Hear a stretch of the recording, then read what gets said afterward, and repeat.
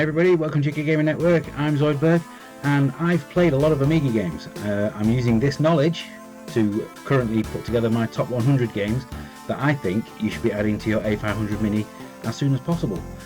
We've already counted up to number 71, so now it's time to reveal the next 10 games. Like a cross between EA's Desert Strike and David Braben's Virus, Z-Wolf 2 is an excellent mission-based shooter that expanded on its already decent predecessor. You'll still be tasked with destroying enemy installations, rescuing hostages and transporting equipment, but being able to remotely control additional friendly units keeps the gameplay fresh throughout.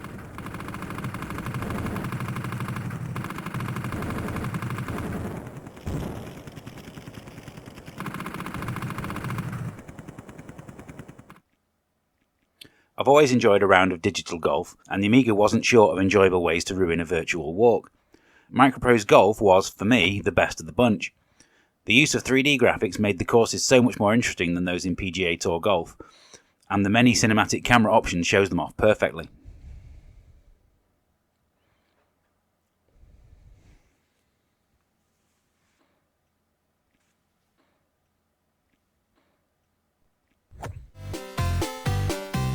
Projecting a tomato across the screen to safety using fans, trampolines and springboards might not be the first thing that you think of when making a new release, but Bill's Tomato game was a surprising gem of a game.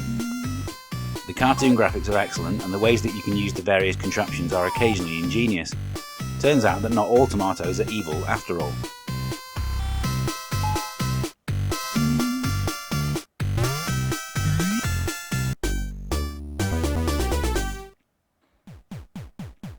Whether it's a true sequel to Silkworm or not, the jury's still out 31 years later.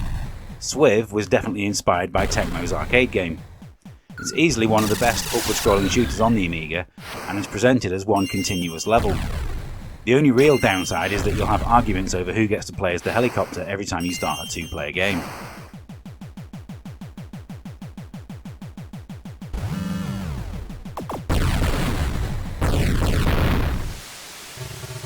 Something as simple as a full track map on the game screen gave Roadkill the edge over the likes of Overdrive and TurboTrax.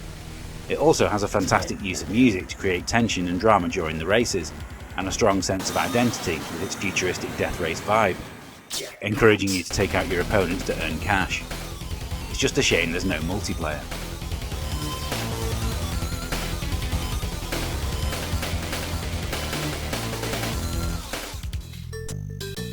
When LucasArts stopped making games for the Amiga in 1993, it fell to games like Flight of the Amazon Queen to fill the void they left behind. Although some of its humour is a little bit forced, the main protagonist is called Joe King for starters. It has a great story, interesting puzzles and an infectious charm that makes you want to keep playing.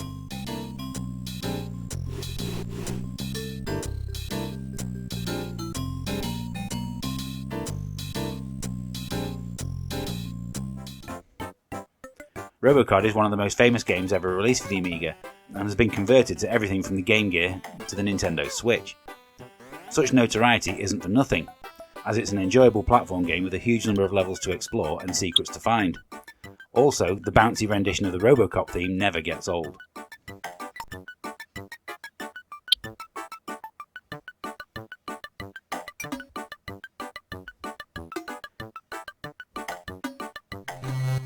Cows on wheels towing caravans. If you think you've seen everything that a racing game can throw at you, then you've clearly never played Super Skid Marks. This off-road racer is not only technically impressive, with vehicles reacting realistically to every bump on the track surface, but it's also one of the most joyously entertaining multiplayer racing games you could ever play.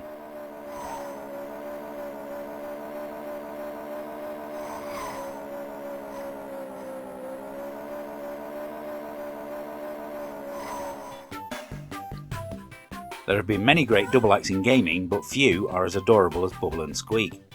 You control a boy who must guide his furry blue pal through a number of platforming levels, and then work together to solve puzzles.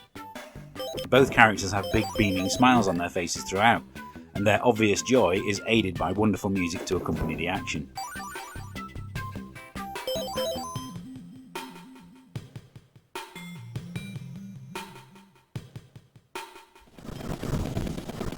There's definitely been a bit of a helicopter theme to this section of the countdown, and Seek and Destroy is a more immediately action-orientated game than others. With its smooth graphics, it was a bit of a technical showcase back in 1993, and it's not an easy game in the slightest. It also features an excellent two-player option where one person pilots and the other person plays the gunner.